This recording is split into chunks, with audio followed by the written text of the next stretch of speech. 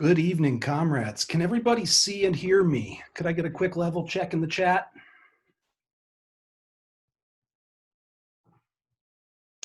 Awesome.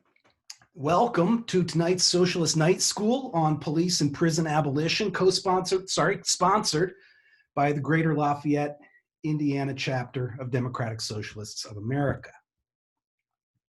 My name is Charles Campbell, and I'm a former member of the Cincinnati and Northern Kentucky DSA chapter and a current member of the Greater Lafayette DSA Organizing Committee. For your information, we are going to be making a video recording of tonight's presentation, and I'm going to start recording now.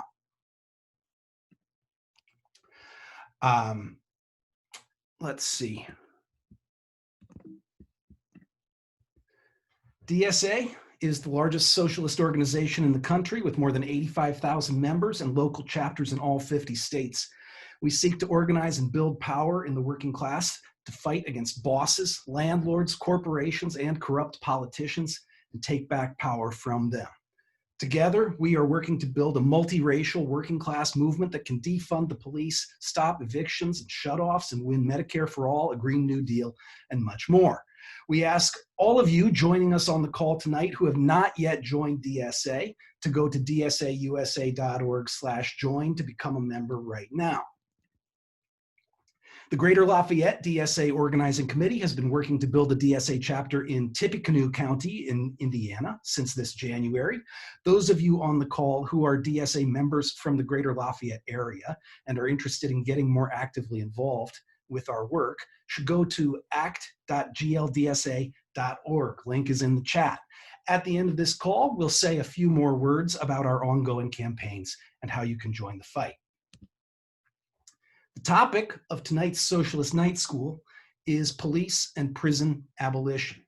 We'll hear from our presenter for about 30 to 45 minutes, and that should leave us at least a half an hour for Q&A. We ask that comrades hold questions until the Q&A period, and then send your question via the chat function. We'll create a stack, and I or another facilitator will read your question for our presenter to answer. Tonight, we are very honored to welcome Comrade David KAIB. David is co-organizer of the Metro DC DSA Socialist Night School and organizer of the DC Jacobin Reading Group. David, I'm going to hand off the baton to you, and you should now have control. Let me know if you need anything. Okay, thank you. Can you hear me?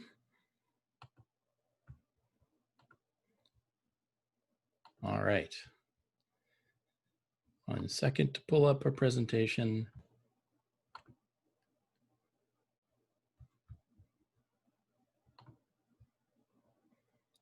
Okay.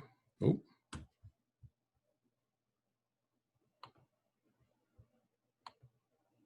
Okay. Thank you so much for having me. I really appreciate it. I'm always glad to talk about this topic, and I'm especially glad when I get to do that with other chapters. I love my chapter, but it's really nice to connect with others as well and do this important political education work. We have a quote here to begin from Ruth Wilson Gilmore, radical geographer and abolitionist, to help us situate kind of what abolition means kind of as a starting point. And she says, abolition is a movement to end systemic violence, including interpersonal vulnerabilities and the displacements that keep the system going. The goal is to change how we interact with each other and with the planet by putting people over profits, welfare over warfare, and life over death. So what this gives you a little sense of is something else that Gilmore says, that abolition is deliberately everythingist. It is not just about police and prisons themselves. It is a much bigger notion, as we'll explain. Abolition is rooted in the Black radical tradition, and it intentionally calls back to the movement to abolish slavery, one which remains unfinished. As Gilmore reminds us, that tradition is for everyone. That doesn't mean that it is only, that there are not other precedents, there are other sources, as we'll talk about. But it is important to understand that as a starting point.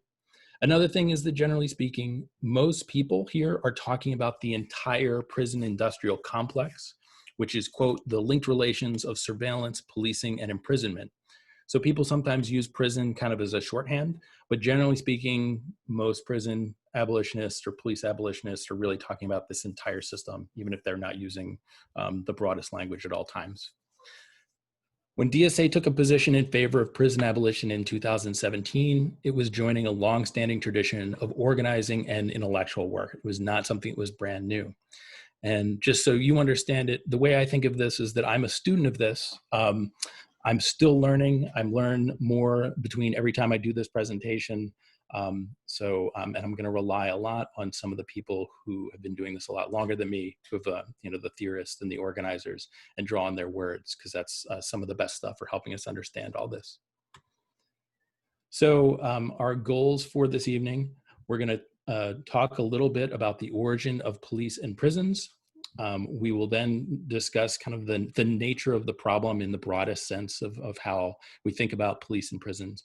We'll flesh out what abolition means, and then discuss a little bit about the demand to defund the police, which has gotten a lot of attention recently. And then finally, we can talk some about what is to be done from an abolitionist point of view. My goal is not to necessarily convince you to become an abolitionist if you're not already, although that would be wonderful. But I think it's really important for us to understand what it means. There's a lot of controversy around it, and oftentimes kind of misses the point. I also think that even if you're not willing to go all the way to being an abolitionist, there's a lot to be learned from these ideas. So that's important too. I will also note that coming into this, sometimes people have some questions, some concerns that you might expect me or want me to address up front. And I'm going to tell you that I'm going to try and get to those. But there are some things I'm going to deal with at the end, not because they're unimportant, not because I want to hide that, but because we need to kind of have a bit of a framework shift until we're ready to talk about all those certain things. So dealing with them too early would impede our ability to talk about this as a whole. So first up, on the origins of police and prisons, this picture here is a picture of Robert Peel. Robert Peel founded the London Metropolitan Police in 1829. It is understood as the first police department that existed. It drew from his experience in the military. So the uniforms and the hierarchy and all those things that we might associate with police today, those were all there. Those were things that he drew from his experience in the military, where he had been involved in the pacification of colonized Ireland, which is important. Boston is typically noted as having the first police department in the US in 1838, although sometimes there's some dispute about which city comes first. These lines aren't always as clear as we would like them to be. How does policing, well, what this means is that policing did not always exist, right? This is a somewhat modern institution. How does policing differ from prior modes of law enforcement? Policing entails a shift from being reactive to being proactive. So we may think of the police as an institution, but also policing as a practice, as an activity. And that existed before. What police was is a change in an institution that was going to do that professionally and to some extent in a different place. If you think about these places, we're talking about London, Boston, Philadelphia is one of the other earlier ones. That might give you a sense of who the target of these first police departments were. It was urban, predominantly immigrant, working class people. But if we also think about it, who else would have been subject to this sort of policing practice at that time and even earlier? It would have been enslaved people through slave patrols, other colonized people. So aside from Ireland, we're talking about the indigenous people in the United States. So these are important precursors to help us understand what policing is today. This is a picture of the Wall Street Penitentiary. It was originally the Wall Street Jail and becomes the penitentiary in 1795. That's the first prison in the world. That is in Philadelphia. And there were more to follow. So prisons began as an American institution, although they then expanded around the world. How does prison differ from prior forms of confinement? Because that was something that would have existed before. Jails would have been primarily for waiting for corporal punishment, which was often the main punishment, or for death. So the confinement wasn't understood as the punishment. It was the other things that were going to come after. At what point did the idea of reforming prisons arise? Right out of the gate. Reform and abolition existed at the very beginning. Indeed, prisons themselves were understood as a major reform. They were understood as more rational and less brutal than some of the other punishments that would have been available at the time. The name penitentiary, which you may be familiar with, is the root is the same as penitent. This was the Quakers' idea that they would use solitary confinement to save men's, primarily souls.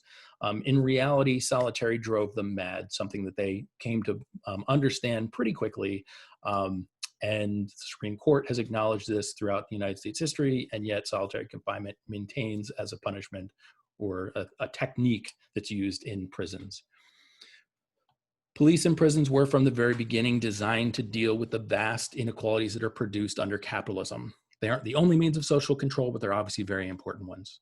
And if we look at the history, periods of more market dominance have always been periods of greater punitiveness. And that was true even before police and prisons at the very beginnings of capitalism, where there was a vast expansion of property crimes that would have received the death penalty in England at the time when they were first industrializing.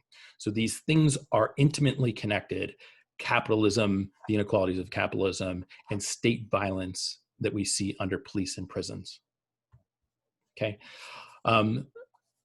Now, prisons obviously have existed for a longer time, but what you may not know is that or perhaps you have, is we've had this massive expansion in the use of prisons in the United States, but although not only in the United States. We're kind of leaders, but not, we're within a larger trend. And so this is the US federal and prison population from 1925 to 2014. If we were to extend it to today, you would see it had continued to come down a little bit, but not by very much. The expansion that happens, that begins around 1970, is almost unfathomable from the perspective before, where people were very concerned about prisons. And yet we had this, and even there was talk that prisons were kind of on their way out, even in kind of more normal political circles, not just dissident circles. And instead what happens is this massive expansion of incarceration. This happens around the same time as the neoliberal term. So a couple of things to think about here. There's no reason to think that this was because of an increase in crime. And the reason I say that is that there was an increase in crime statistics around the 1960s that is partly a result of increased assaults and murders and things like that. It was also partly because the FBI was doing a better job of tracking these sorts of things. But the crime rate, official crime rate, starts to come down before all this really gets going. So it may have helped get it started, but there's something else going on. Another thing to understand is that perceptions of safety are largely unconnected to crime rates. What do I mean by that? Whether we're talking over time, geographically, or individually. So people remain scared regardless of what the crime rates say, for both real and imaginary reasons. And that helps drive this, although there's a lot more going on, and we'll talk about some of that. When I talk about the neoliberal turn, we're talking about two simultaneous changes. And if you look at charts about the United States, you can almost always tell when the 1970s start. You see lots of charts like this where things suddenly change really dramatically around this period because of global changes in capitalism. And so part of that was what this reflects: a really massive increase in organized state violence. And it's at the same time there was a real increase in what Gilmore calls organized dispossession.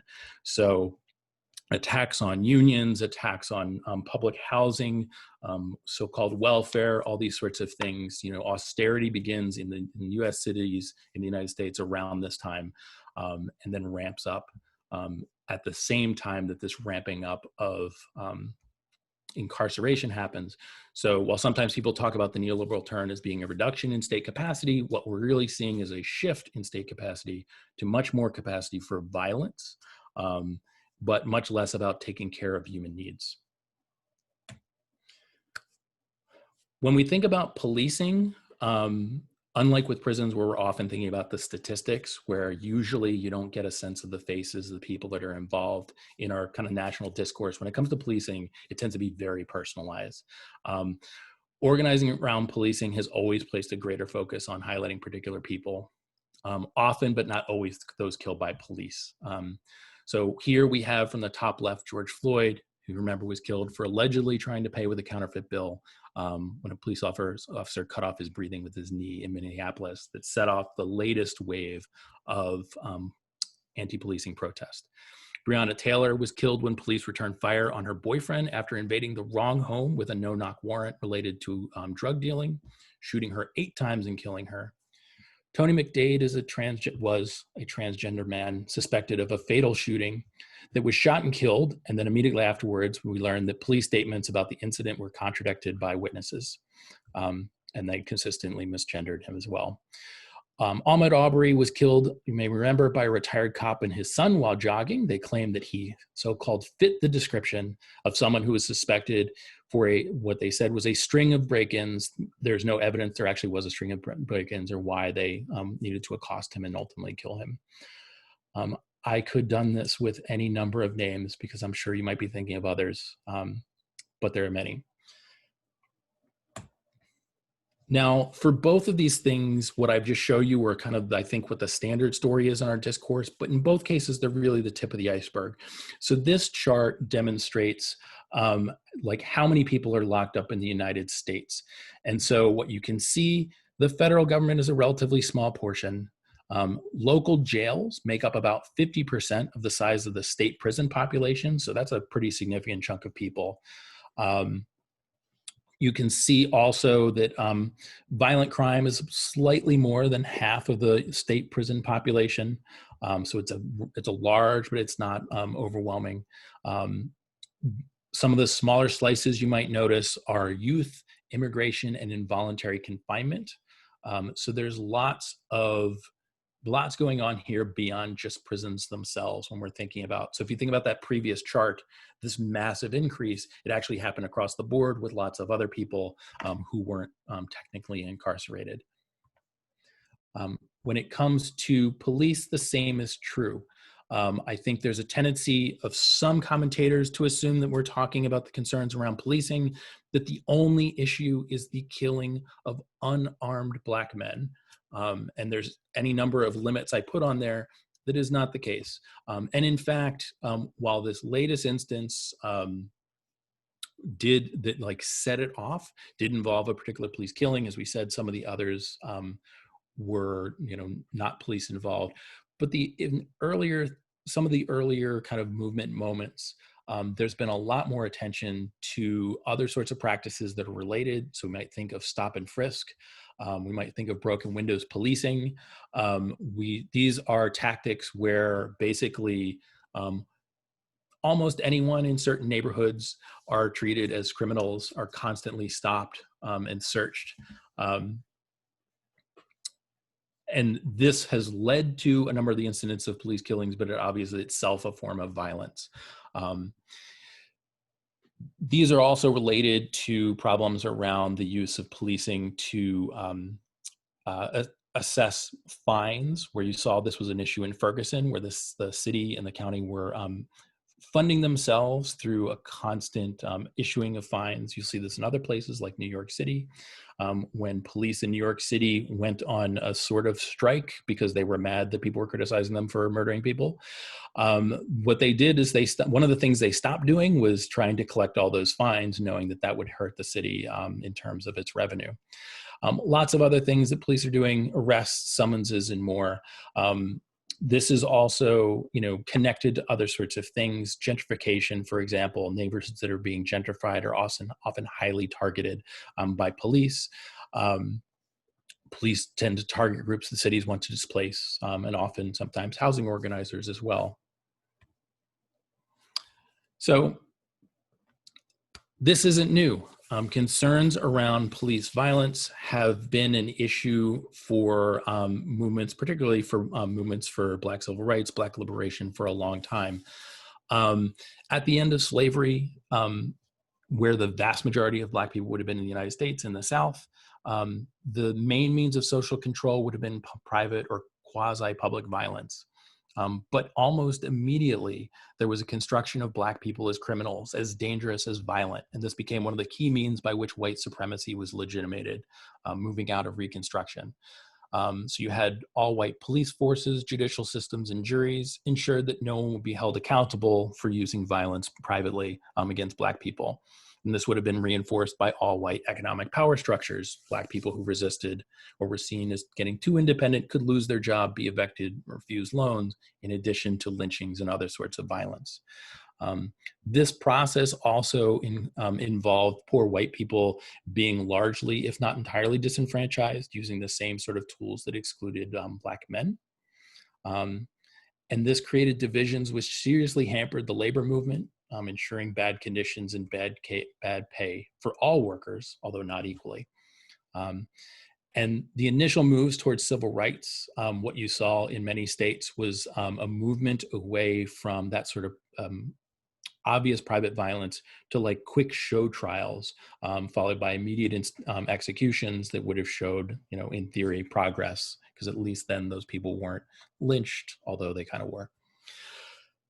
During the civil rights movement, policing was central at multiple levels. The failure to protect Black people was one of the concerns that motivated it. Violence and harassment by police of Black people were among the important grievances. Particularly bad police departments or police heads were often targeted for protest by movement leaders. But policing was also used to attack and disrupt protests. This might sound familiar, including assault, mass arrests, the targeting of leaders, etc. Police brutality and especially police killings were a major grievance underlying the urban riots in the later 1960s. And often it was instances of these things that helped spark those things off, and the policing response itself tended to be pretty brutal. Government in response used violence and concessions to try and quell unrest. Black people then, as now and before, were not the only targets of the police. Aside from general policing, there was targeting of the left and of the labor movement, at least when it was relatively militant. Pictured here, we have Fred Hampton, who was a leader of the Black Panther Party, who was assassinated in his sleep by the Chicago PD, assisted by the FBI. And also Angela Davis, who was imprisoned for her alleged involvement in an attempt to free movement leader George Jackson when people stormed a courthouse where he was being held to free him. It was these sorts of experiences that led people like Davis and Jackson to articulate an abolitionist politics. Not that there wasn't abolition talk and ideas before, but it hadn't kind of congealed into kind of a theory in politics the way it did in the 1970s. Through these things and also the Attica Rebellion and things like that. Abolition was heavily influenced both by radicals' experience with the system and also by the radicalization of people inside prison and jails in response to the movement outside. And this is a tradition that continues today. At the same time, again, we're getting into the 1970s, you saw in certain ways both major parties moving to the right, adopting expanded policing, reducing the rights of civilians and those accused and convicted of crime, expanding prisons, expanding in sentences or increasing sentences, along with attacking social services, labor rights, and taxes on the wealthy and corporations. Global political economic shifts led to conditions getting worse for the working class all around. There have been a number of times when issues of police and prisons have been forced onto the agenda, just like then and today. And what I would argue is that over time, abolitionist perspectives have gained prominence with each new wave, in part because activists have learned the same lesson, that non-abolitionist reform efforts, which, as I said, have existed throughout our history as long as these institutions have existed, have largely been a failure. One of the reasons that abolitionists would say this is because they see the problem not with how these institutions are run as a failure, but actually seeing these problems as inherent to the institutions themselves and even to the very notions of crime and criminality. So here I have a little diagram to help us think through this, kind of the standard way I think that underlies a lot of thinking around the problem of crime, which I always use, if I use it, with single quotation marks to help us denaturalize the notion. And so what we have here are three groups. Each are constructed as separate classes, entirely separate groups of people. Criminals are stereotypically Black men. Victims are stereotypically often white women. Police and prison guards are understood generally as not as committing crime, as we may understand that they do violence to criminals, but that's somehow not crime, even when it is technically illegal. Dean Spade, the organizer Dean Spade, reminds us that the prison is a serial killer, the prison is a serial rapist, but somehow those things are obscured by this process. We know that cops engage in harassment and violence, they commit sexual assault, same true in prisons. We know that people who fit the profile of perpetrators are often targets of these institutions, whether or not they commit crime. And we also know that people who don't fit that profile are often just not understood as criminals, even when they do things that are illegal and cause great harm. You might think of Brock Turner, you might think of Sandusky, you might think of the Wall Street people who committed all sorts of crimes and somehow overwhelmingly weren't prosecuted. I remember reading a story by talking with a prosecutor who was describing this whole series of illegal acts by someone who worked on Wall Street. And then at the end of it saying, but of course he wasn't a criminal. And on the face of it, that's nonsense. But if we think of it, as I am suggesting here, that there's a stereotypical element of this going on that drives our understandings of these things, it does make sense. Overwhelmingly, we know that if those who don't conform to societal norms are often the ones that are understood as perpetrators, and those who do are not. And that's the point here that Beth Ritchie is making for us. She's talking specifically about Black women, but it's a larger point where she says the more stigmatized their social position, the easier it is to victimize them. The further a woman's sexuality, age, class, criminal background, that's an important one, and race are from hegemonic norms, the more likely it is that they will be harmed, and the more likely that the harm will not be taken seriously. So that's part of the key, is that people who are more vulnerable to harm are also more vulnerable to failures of protection from these institutions and from harm from those institutions as well. We could have added here mental illness, disability, and more. This helps us understand why racial disparities are so ingrained in these systems, why trans people experience such violence from both cops and in prisons, and the degradation as well. When we're thinking about race, we would obviously also want to think about Native Americans who experience disparities at even higher rates than Black Americans. We might think of the ways that Latinos are criminalized as illegal immigrants, as a class. We might think of the ways that the overlapping categories, not entirely, of Muslim and Arab, are criminalized as terrorists, and as a result are subject to surveillance, and punishment and policing and incarceration. This slide here, if you're not going to remember everything, remember this one. This is maybe the quote that I think is most important for understanding what abolitionist means. And it's from the organizer, Mariam Kaba. And what she says is, I'm actively working towards abolition, which means that I'm trying to create the conditions necessary to ensure the possibility of a world without prisons. That is, the goal is to transform the world so that prisons no longer seem like they're needed. It is not to eliminate the institutions we call police and prisons and leave everything else intact. Many people think that that's what it means. It doesn't make, it's right that if we just got rid of those things, that would not bring about the sort of society we want, but that's not what it means. And so you think back what I said before about Gilmore talking about this as an everythingist idea. This gives you a little bit of a sense of what that means. So some more about what abolitionist means. Number one, I would argue that it means it's an organizing demand. So what I mean by that is that the act of making it, we're required to think of the changes that would be required in the world to attain it.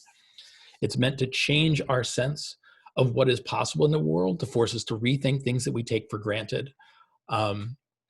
It's also meant to build power, to build the power to make the big changes that we want to make, not to accept our current levels of power.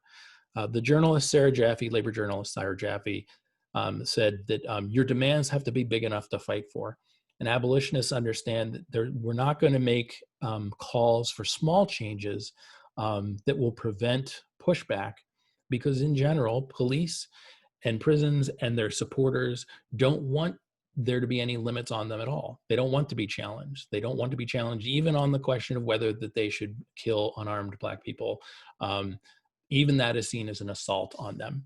So our concern is about building enough power that we can overcome that, not that we can ask nicely and small enough that they won't fight us back.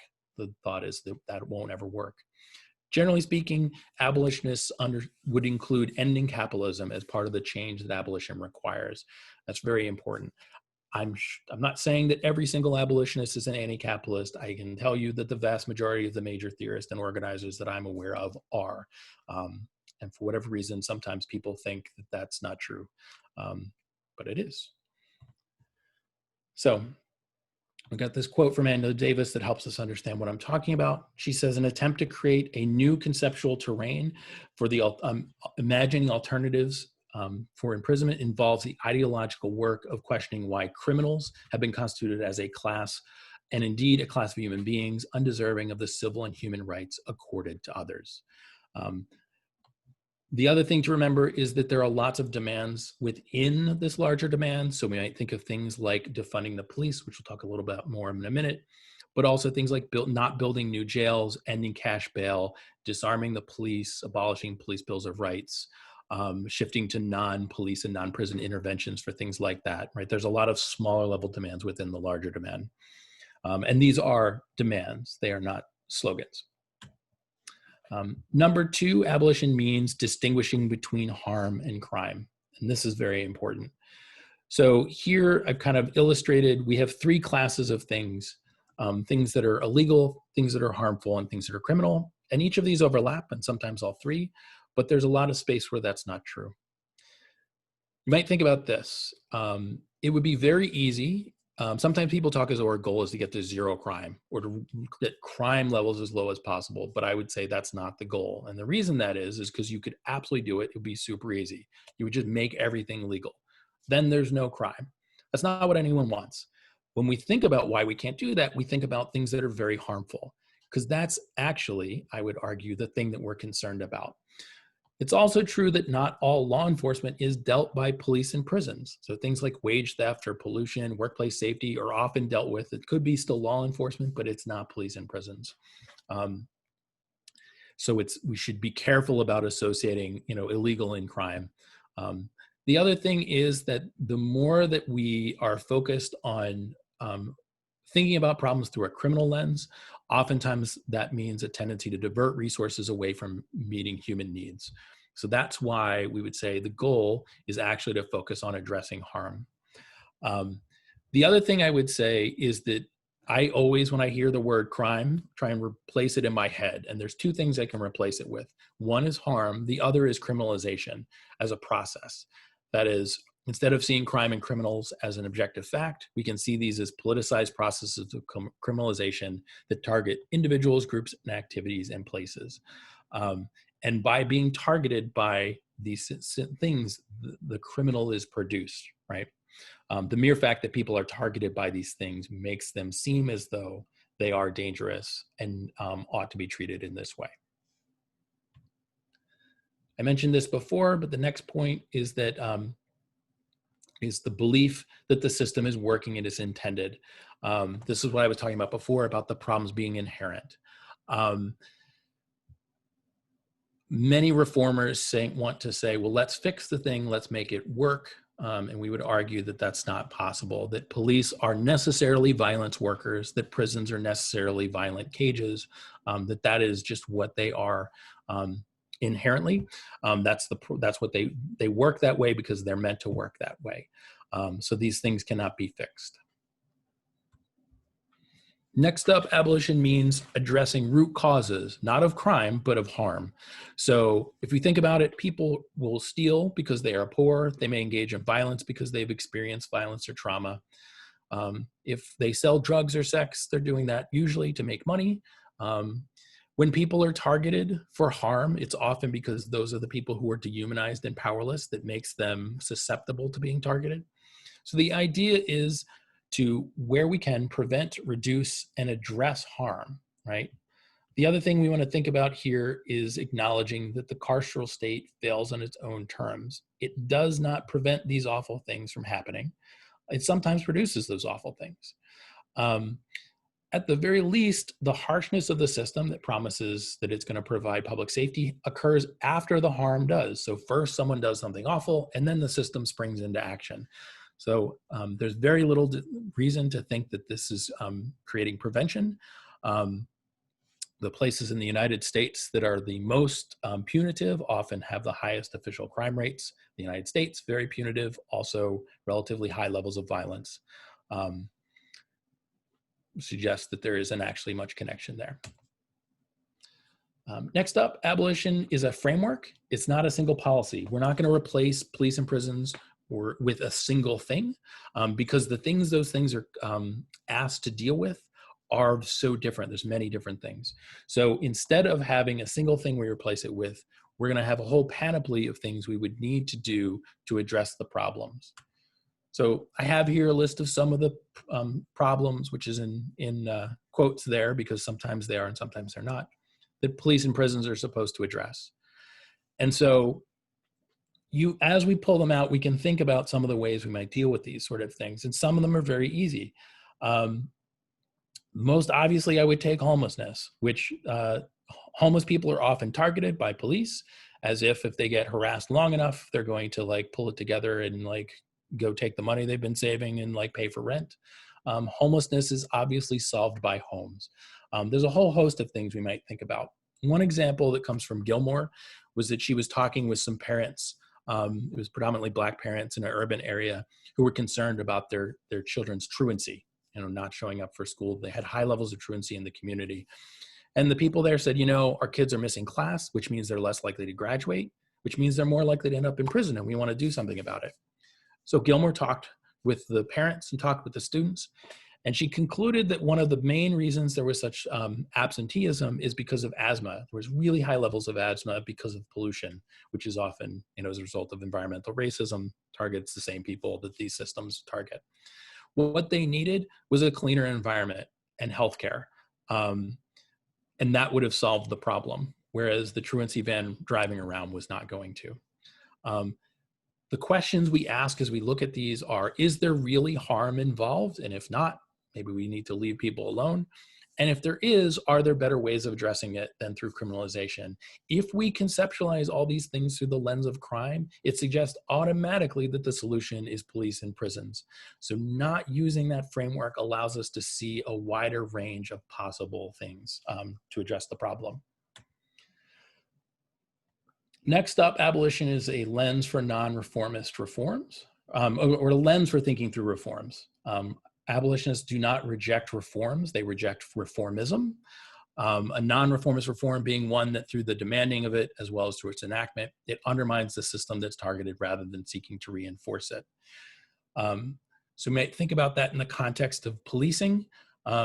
This was a list that was put out by Mariam Kaba a number of years ago that was later applied to the reform of body cams. Body cams were suggested as a solution to police violence. And if people had looked at what the abolitionist organizers had been saying, they would have seen some reasons to be skeptical of body cams, because that means we're allocating more money to police rather than less. It means using the primary technology focus rather than try and change any of these underlying dynamics. And that's predominantly what happened. These things cost more money. They did not seem to have much of an effect in reducing police murdering people. Up till now, I haven't talked about some of the bigger issues, which I mentioned before, that are obviously very important. And this is often the sticking point. People say, okay, maybe we can do away with using police and prisons to deal with a whole host of things, but there's going to be some things left, big violent things. What are you going to do about that? So rape, murder, and then kind of the broader category, or the smaller category of serial killers. When it comes to sexual assault, we know that the number of people who experience these sort of things is much, much higher than the number of people who report it to police, We also know that the number of people who report to police versus the number who ultimately get convicted is exceedingly small.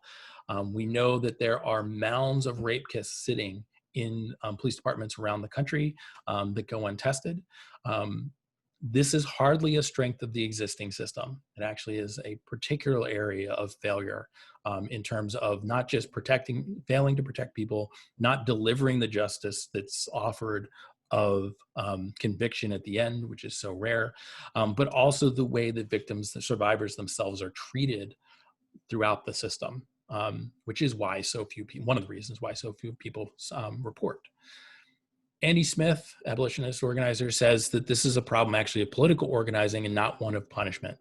If the question is, how can we organize ourselves to make interpersonal violence unthinkable?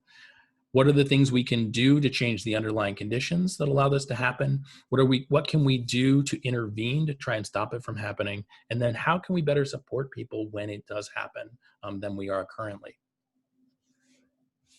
When it comes to murder, I already mentioned, the U.S. has pretty harsh laws. It also has a particularly high murder rate. Many murders actually go unsolved. If you look at cases of, say, for example, people are on death row, what you're going to see is a long line of people with a long history of trauma and poverty that was never dealt with, which suggests that maybe there are better ways of dealing with these sort of things and reducing them on the front end, making them less likely to happen. When it comes to serial killers, I always think this is interesting. If you look at TV, you would think that there are serial killers everywhere. You would think that they are all kind of geniuses that are like taunting the FBI, and there's multiple teams that are roaming the country to fight them every day. In reality, these are, sorts of people are relatively rare. Those who do exist generally prey on the weak and vulnerable, which makes sense because that's why they can get away with it. The very people that aren't taken seriously by the system. The best example I know of, there was the Border Patrol agent who was killing undocumented sex workers at the Texas-Mexico border. And we ultimately, kind of through a fluke that he got caught, although he killed a number of people before that. He was targeting relatively powerless people and using his own authority to support that. That's a more common way of thinking about this, and it suggests that the solutions, again, are about power more than the need for more punishment. We also know that when it comes to these sorts of things, all three, people tend to escalate from smaller things to bigger things. And oftentimes you'll think of it as school shooting situations. There's often a history if they did smaller acts and police said, well, there's nothing I can do. Police don't really see as having a lot of capacity to intervene until often those big things happen, at least with some people. They will tell us essentially that they don't have a good way of stopping this on the front end, whereas we might have some capacity to change those sorts of things on our own. So I want to talk about the demand to defund the police, which has got a lot of attention over the past year or so. It's important to understand that abolition is a process. It's not an event, but that's not the same as gradualism, right? It's not this far off reality that we're going to change all these underlying conditions and kind of wait for things to resolve themselves and then we can get rid of these things. The belief is that we can do this simultaneously, that there's a lot of change we can make right now, things that these systems are very bad at doing or maybe no one should be doing. And that's why the demand to defund police kind of made sense for abolitionist organizers. The first time I saw it, it came from Mariame Kaba, and she was suggesting a number of years back a 50% reduction in police budgets as the demand. The key for understanding the defund demand, I mean, there's a lot of contention around this, but I think this is important, is that it doesn't necessarily mean that we're asking or that we only want a zeroing out of the police budget right now. That's not possible. It's not really the point. And even if it were possible to like wave a magic wand and get the police budget to zero, that wouldn't be abolition. Because as I talked about before, if we haven't changed the underlying conditions, if we've been changed all the other things, then that is an abolition. And we have every reason to think then that those institutions or practices would end up existing in other places. So like private guard labor, for example, or if we didn't have prisons, there are other institutions that lock people up, and maybe we would start to see an increase in those sorts of things. The point, again, is not to get rid of the institutions called police and prisons, but to get rid of these practices of policing and locking people up. When it comes to defund demand, it doesn't mean, just small budget cuts, or sometimes I've even seen, reductions and increases being sold as defunding. That seems rather absurd. It also doesn't mean reimagining or re-envisioning the police. The point is truly to reduce their capacity to do these sorts of things, and then relatedly to reinvest that money in communities, especially those that have been targeted by policing that tend to be underserved in many ways, right? But again, when we do those, we have to be clear that we're not reproducing those carceral policies and logics elsewhere. For example, in schools and mental institutions and hospitals, all places where we see these same sort of practices, and sometimes actual cops, for example, whether they're called that or not. So those changes require changing those institutions to focus on meeting human needs, to reject these sort of ways of sorting people in deserving and undeserving and inherently dangerous and things like that exist in society at large. For abolitionists, the defund demand is one of the ways of trying to bring about abolition. It's not the only one. For other people who aren't abolitionists, it's an attempt to reduce the role of policing without embracing abolition. And that's okay. Abolitionists can work with people who are not willing to go that way, as long as our goals are the same in the short run. And that's often the case, that you'll find people that are willing to come together for these sorts of things. For me, it's much more important that people can agree to what we're trying to do in the short run than whether they're willing to use a label or to agree to that larger goal, which is important too. But the concern at the moment is reducing as much as we can the role of police and prisons in our society. The understanding that the role they have now is pretty large in relation both to the rest of the globe and to even to our own history. And I want to do one other thing real quick. There's a lot of things we can talk about what would we do instead? What are the alternatives?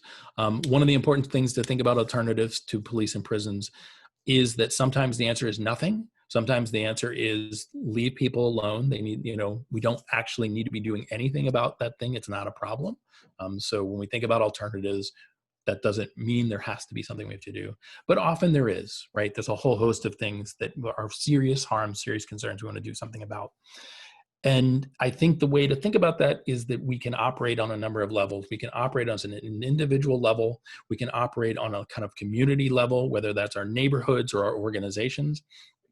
And then a broader social level, where we're talking about changes in kind of the way things are organized, producing, to meet human needs and things like that. What this requires is really a shift in our thinking, and trying to challenge things that we take for granted a lot. And so these graphics here were designed to help us envision a little bit of what an abolitionist future might look like. The point isn't like, here's the answers. It's meant to kind of get us thinking collectively about how to solve our problems, something that under capitalism we're often not encouraged to do. I mean, they were inspired by Mariam Kaba, but the artist who created them is named Luna Sinait. And I've got two here, although there's several more. And I'll just read the one to give you a flavor. But you are experiencing intimate partner violence. Imagine texting a number and a trauma-informed crisis intervention specialist meets you in a safe place. An hour later, you are working together to make a plan that would keep you safe long-term. Isn't that public safety? And the idea is that we need to not re-envision police, but re-envision public safety in a way that does not rely on policing. And again, I would note that you can do that even if you think, oh, there's still going to have to be a role for police and prisons, although I hope you don't. But these are about organizing our communities, right? This is not just like leaving people on their own, help you figure it out. It's also about redirecting public resources. And you can see, if you're thinking about this, why defund is such an important demand, because police budgets take so much up of the local budgets at a time when revenues have gone down, but other costs have gone up. Many cities and states are cutting all sorts of things, including public health during a pandemic, while still allowing police budgets to sometimes even rise. So, until there is more federal funding, the question is not will we defund, but what will we defund? And there's no reason why police, which have been spared austerity all these years, should be the ones to continue to have their budgets gone up rather than other sorts of things we would need. Fundamentally, as I say, like we often think of like housing or domestic violence, as all these sorts of things as separate. And what abolition is encouraging us to do is think about them, connect them, to think about the ways that they are all interconnected, and then thinking that that's the way that we'll be able to address them effectively. So it's not just about not doing something. In fact, abolition is not an absence, it's a presence. Again, that's a quote from Gilmore.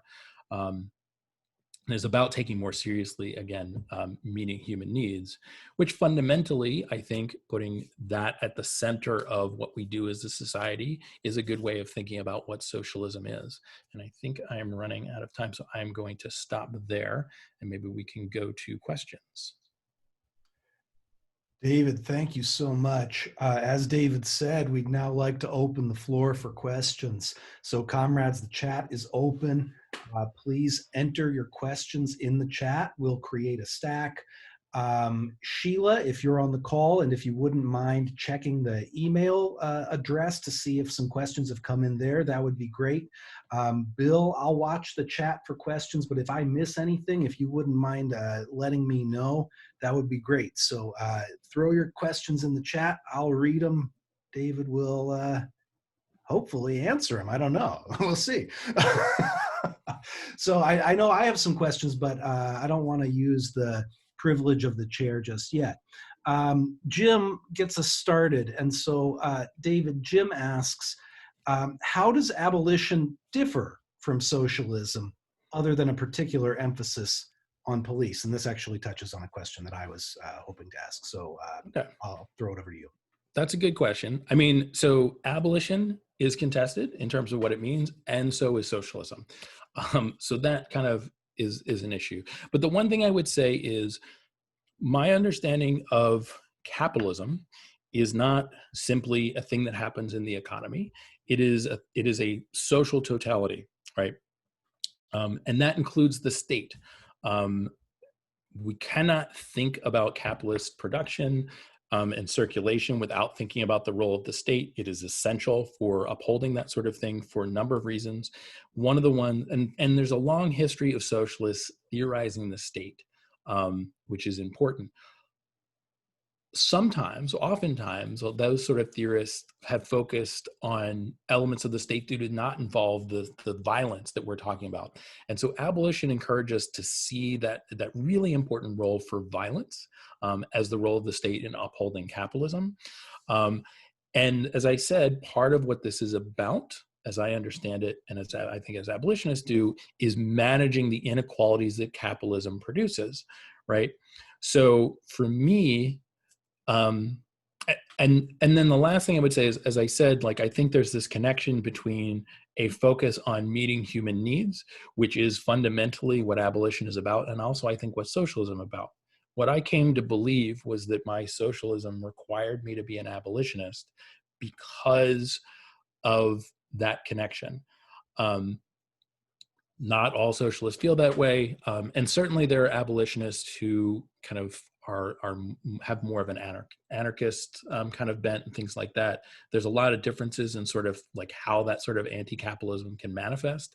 But for me, my understanding of socialism and abolition have come to be one. They aren't separate. Yeah. Thanks. We have a question from Zach. Zach says, you mentioned that abolition in a vacuum would shift policing roles elsewhere. So can abolition occur under capitalism? Otherwise, is it a necessary component of transitioning out of capitalism? That is abolition a part of transitioning out of capitalism? I mean, I think the end point is exactly right. It is part of transitioning out of capitalism. So the short answer is, I would say that thinking of abolition as a process, it is simultaneously has its eye on this kind of fundamental societal change and also on immediate things we can change today. And it strikes me that in a little bit more than my lifetime, there's been a massive shift in U.S. society in particular, with trying to solve problems through carceral logics, through policing and prisons, and kind of even seeing that again show up in other sorts of areas. So making like housing policy more punitive, for example, welfare policy more punitive. I don't think there's anything about capitalism that requires like the level of resources that are devoted to police and prisons, the level of violence or anything like that. I think there's a lot of movement that can be made immediately. But ultimately, to truly be meeting those human needs the way we're talking about would require ending capitalism. So I think it's a little bit of both. It's an immediate organizing kind of platform of things we can make that change, but also a pathway to bring about that fundamental transition out of capitalism. Thanks. Our next question comes from Ryan, and after that we have a question from Bill. Ryan's question first. Ryan asks, are there any ways that the language and logic of abolition might intersect with harm reduction? And Ryan says, from a public health perspective. Yes, I think so. And so, I mean, the one thing I would say is that like adopting that sort of harm reduction approach is a good way of dealing with some of the things we're talking about here. But again, it's also about kind of paying attention to when there's no harm. So drugs is a really good example. There are times when people's drug use causes harm, right? And lots of people use drugs without it causing any significant harm. And that is the reality of not only our world, but also the way that the system works. It doesn't worry about some people's drug use, and it does about others, right? It's very biased, both racially and classed. So again, that harm reduction approach allows us to say, well, under what circumstances is this really a problem? And if it's not, then leave people alone, right? You have to make decisions about what sort of things you're going to be concerned with. And when we operate under a criminal framework, oftentimes the thing that drives it are really stereotypes. It's, race and class and all those sorts of things. But then secondarily, it's about like what are the different things we can do to reduce the harm, address the harm, as that real focus. So I do think there's an important connection there. Thanks. We have a question from Bill. And Bill asks, fighting police racism is obviously part of abolition, but your talk makes it seem like abolition is really about improving conditions of life for the whole multiracial working class. Is that right? Yeah, I mean, I think it's both, right? I didn't throw this statistic up here, and I wish I had, because I kind of keep going back to it. If you were to look at the, say, the Black imprisonment rate in the United States versus the rest of the world, it would be mind-boggling how high the Black number is. If you just think about that massive chart I showed you, that massive increase, a lot of that is driven by the targeting of Black people. But if you looked at only white people versus the rest of the world, it's also way high. It's an outlier, just the white people. But the trick is the way that it has been legitimated in the United States has been heavily, not entirely, but heavily around racism, in particular anti-Black racism. And so I would say that race has been used to legitimate both this massive increase in organized state violence and the massive increase in organized dispossession. Race was central to, say, welfare reform, where the majority of people that were on AFDC were themselves white, but it was coded as Black and targeted that way, had a disproportionate impact on Black people, but harmed many white people as well. So these things are interconnected. And so fundamentally, by challenging the racism and by offering these broader solutions as the way we want to address this, I think we're doing both. But it is really important because I think that some people, um, there's a lot of people who are involved in these discussions who are themselves not abolitionists, sometimes maybe have more outline views around abolition. There are some people that treat the problem as solely one of racial disparities. And I would say that racial disparities is a pretty important element of it, but it is not the sole problem. And if you could eliminate the racial disparities, to me, the system would still be fully illegitimate because of the levels of violence and all those sorts of things. Thanks. We've got a couple of questions in the chat. We have a follow-up from Zach, but before we get to the follow-up, I wanted to ask this question via Adrian. Adrian asks, lots of visions of transformative justice center on community responsibility for dealing with personal violence and healing. But it's hard for us as a community to navigate class, race, gender, etc., power dynamics with our neighbors. How can we paint a vision of a better world for people when we've never seen it ourselves? Yeah, so this is a really good question. And I think oftentimes the way people experience this is with not calling the police. A really good way that you can kind of try and remove your role or reduce your role in this system is by not calling the police on your neighbors. But sometimes you need other people involved. Sometimes you have real concerns. So the goal is not to say, don't do this thing. The goal is to think about, like, what do we need to do? I mean, sometimes it is, right? Sometimes you'll be like, you know what, people are being loud or whatever. I'm not going to risk the fact that someone might die because I'm being inconvenienced.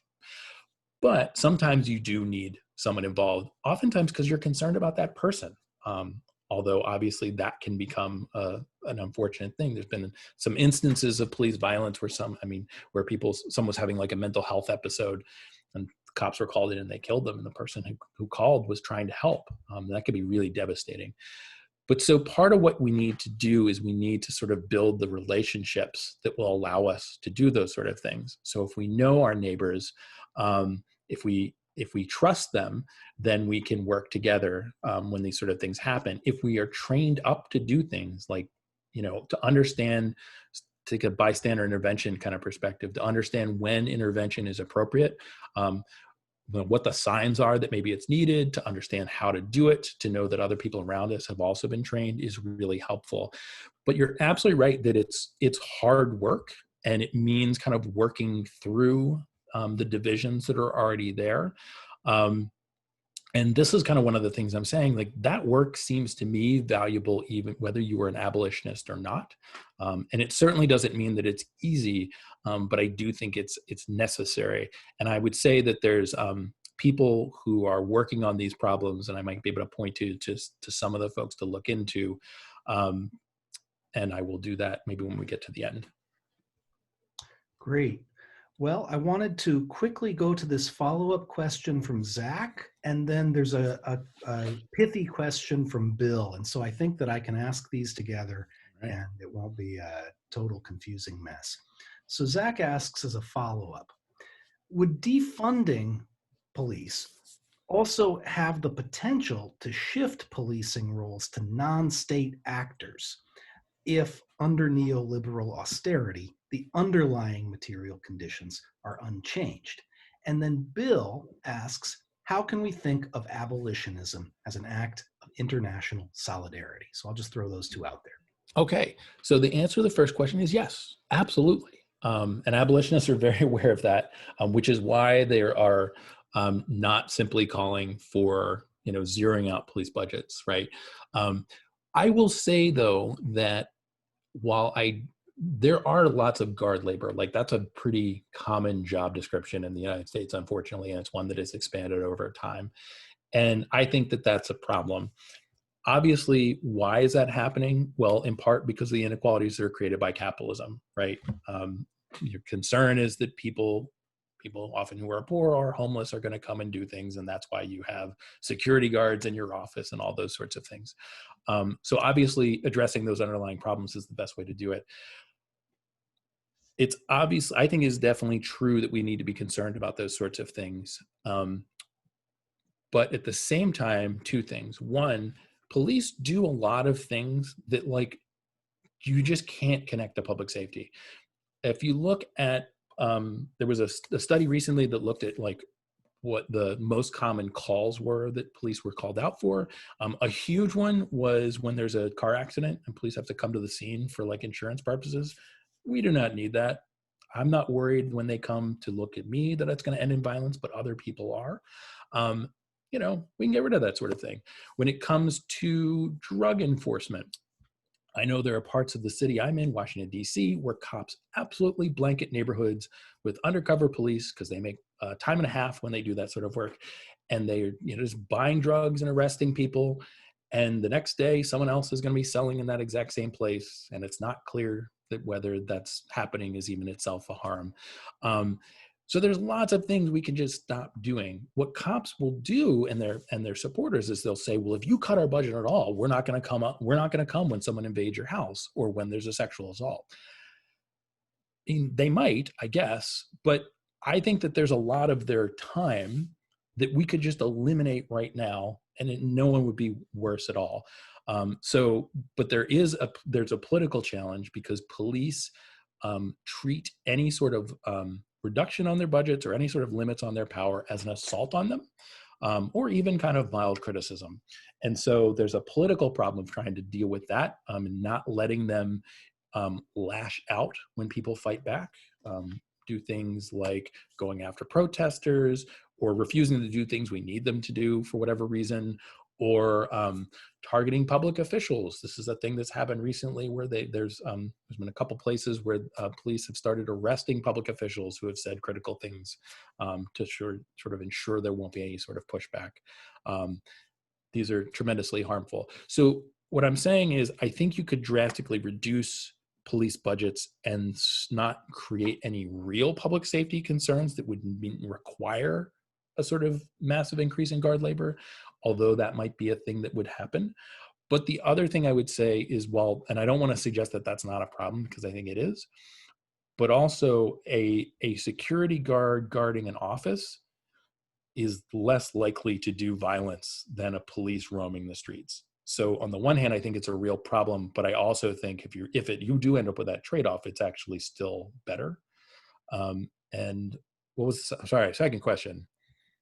The second question was, how do we make abolition, or how can we think of abolitionism as an act of international solidarity? So a lot of ways, and I'll just mention a couple. One is that many American police departments train with the IDF in Israel, which makes sense because the Palestinians are occupied people. And so it makes sense that that kind of is where the origins of policing came from colonial occupations. And essentially, it's useful to think about the neighborhoods and the people that are most targeted by these things as occupied. So one thing we can do is we can break that up. We can try and stop that from happening, forbid that from happening. The other thing is that police in the United States also train police and security forces in other parts of the world in, American client states.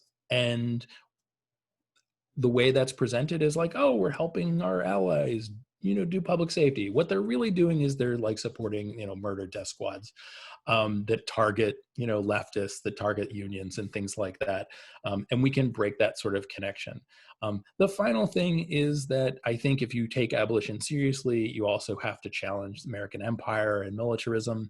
So those things are not, sometimes they involve these same sorts of things. We might think of like Guantanamo Bay, America's, prison that we, human rights violating prison that we hold in Cuba itself. Reducing those sorts of things and eliminating those sorts of things. And then the final thing I'll say is that it's really important to understand these things is not limited, again, to the institutions we call police and prisons. So immigration enforcement, which obviously has an international component, is a big part of this. A lot of people who are being policed, that's the way they're being policed, and including in being incarcerated, even if that's not technically prison. The drug war in the United States is a global drug war that's targeting, using violence in South America and Latin America. Those are all really helpful to think about. And then also anti-terror work is international as well. And just like everything else, the better way we could handle those sorts of problems is looking at the underlying conditions. American occupations in the Middle East tend to produce so-called terrorism. We could leave. Bill mentions Siegel's book, Violence Work. This is on U.S. global policing. I find the violence work category as a way for making sense of police really helpful. There's a couple others, and if I think of it, I will mention them in the chat. But there's some really interesting work about these international connections. Awesome. Well, we have time for a few more questions, and there is one question here from Jim. This is a question that has to do with kind of the economics and finances of the prison industrial complex.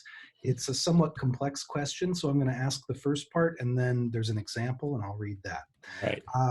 It's obvious to most that police are, quote, overdeveloped in the U.S. But how do abolitionists arrive at 50% or any other percent of police budgets to cut in order to reduce harm? So that's the nut of the question. For example, Adoniram Usmani claims that police in prisons were chosen by local governments over general welfare, in part because they are cheaper ways of dealing with crime when the federal government rolled back the welfare state. How can we integrate these perspectives and theories? Yeah, I mean, so the one thing I will say is that I do not find it helpful to think about it in terms of reducing crime, because if we say that, then the solution is in fact probably police and prisons, and because there are things that are crimes that I don't think are harmful, and harmful things that aren't crimes that we need to deal with. That said, it's absolutely true that cities and states, and even the United States government, were making these choices in part because of changes in global capitalism that made certain things make more sense than others. A robust welfare state, for example, in the late 1970s was probably not on the table for a whole host of reasons. And, think about it now, where we're having the defund conversation in cities.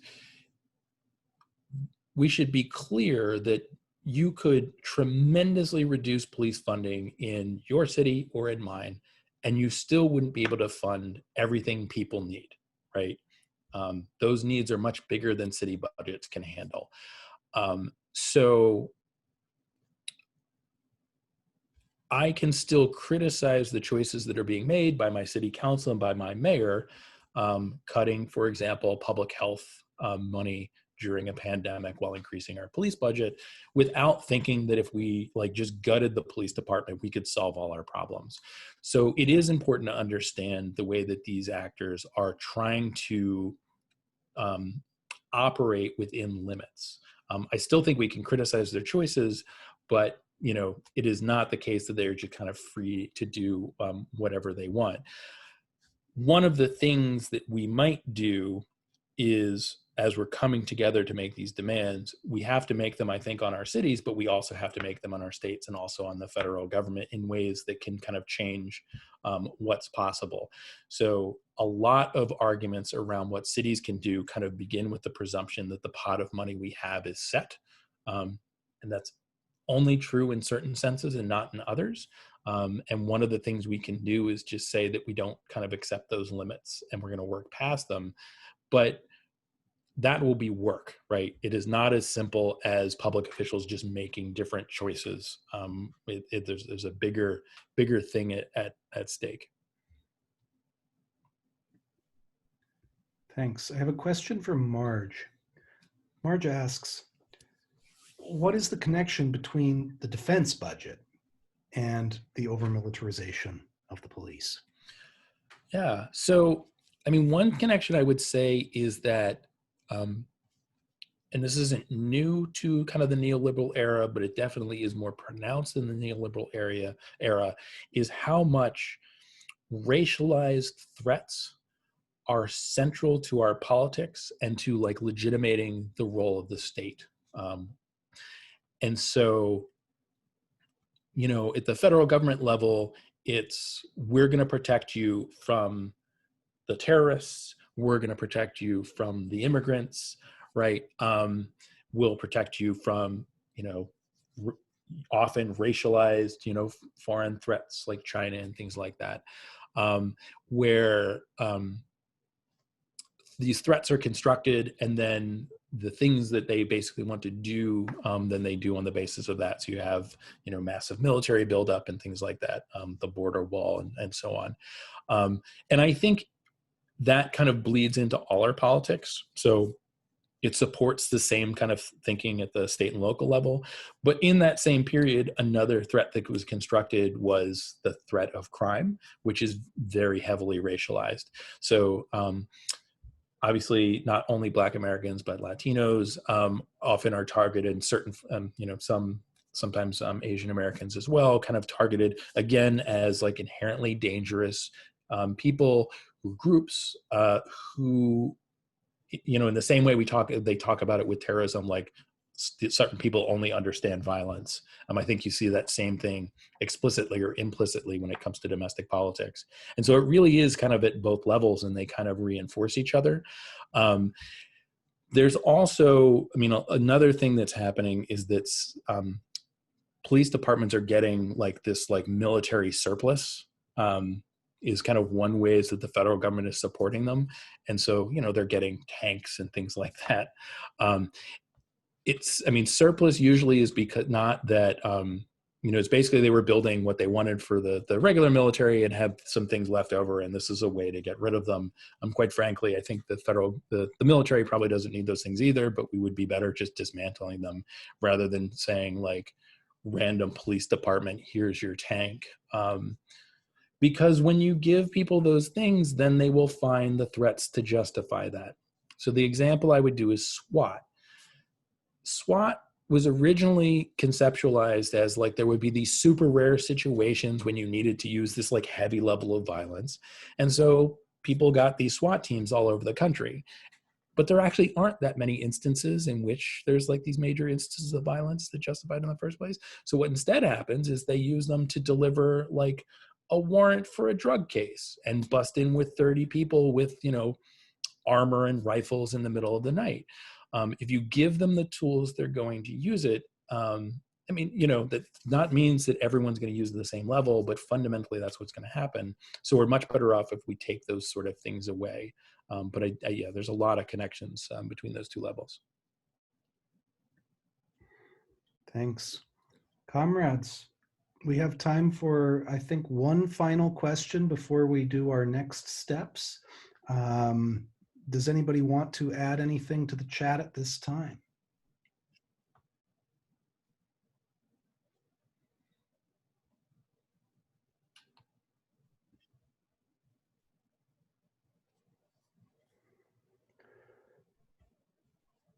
Well, David, if you don't mind handing back the controls to the ship to me, I would be very much obliged to you. And I can't thank David enough. And comrades, I hope we all give a nice round of applause in the comfort of our own homes to David for this wonderful presentation. And before we go, I wanted to shout out two organizers in the Greater Lafayette DSA chapter to tell us a little bit about what we can expect coming up very soon. So I think first we're going to hear from Zach Martin, who's going to tell us a little bit about the future of our brand new local political education program. So Zach, please, if you have some words, spit them. All right, thank you, Charles, and thank you again, David. So I don't have a whole lot of details I can give right now, but I have been sort of mulling over some ideas for some kind of upcoming poly-ed sessions. I'll kind of try to put together a slate of topics that we can maybe agree to collectively. In particular, I'm really interested in doing a night on democracy at work by Professor Richard Wolff. I think it's a really great microeconomic analysis of capitalism as a set of fundamental processes. And then I also really would like to kind of ground our analysis on what we can do here locally in our community to build workers' power and economic democracy in our backyards. So I have some thoughts on community wealth building that might be interesting to look at. But yeah, thank you again, everyone, for the opportunity to do this. I'm really excited for the coming year. And thank you again, David. Awesome. Thanks, Zach.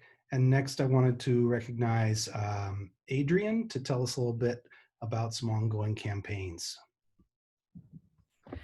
Hey, thanks, Charles. Many of you may know that the sort of central campaign that we're working on here in Lafayette and West Lafayette is our fight to get our city councils to pass resolutions saying our cities support Medicare for all.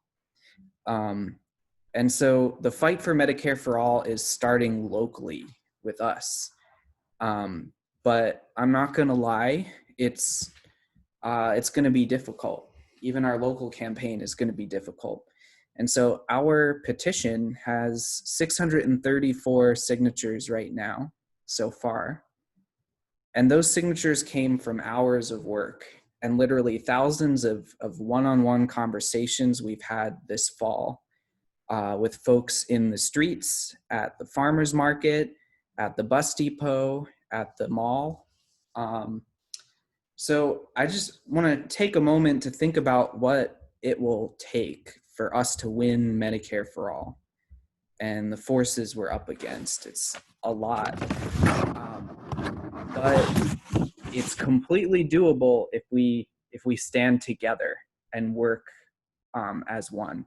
So if you would like to help with the Medicare for All campaign, these are the actions that you can take, and you can sign up for these actions at act.gldsa.org. So I'm putting the links in the chat right now. So if everyone could take a moment right now and click on the act.gldsa.org link. act.gldsa.org, there we go. And you can sign up for these actions. So you can do the first three things from your couch. You can share your healthcare story about why would Medicare for All help you? How would it improve your life and the life of your loved ones? You can help write a letter to the editor, and you can help phone bank. And those are all actions you can take in the safety of your own home. And also this Saturday, we're going to be door flyering. So we won't be knocking on doors. We won't be having face-to-face conversations with folks, but we're going to be leaving flyers at people's doors in West Lafayette on this Saturday from 1 to 4.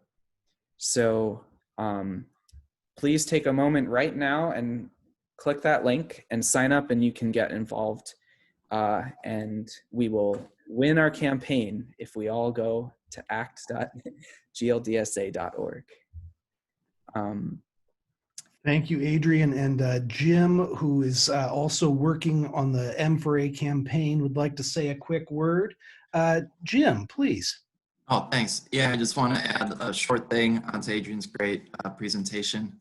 Much better put than I could. Just to clarify, though, for some of these, like sharing your healthcare story, writing a letter, and phone banking, it would be really wonderful if you like to take the initiative and do that.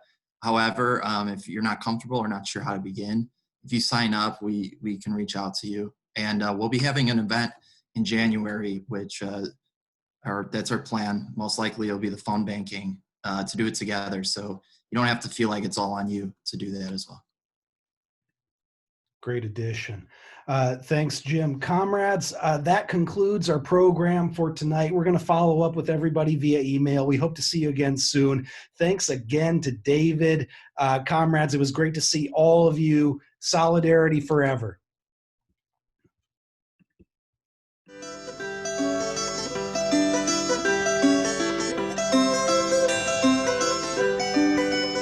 el derecho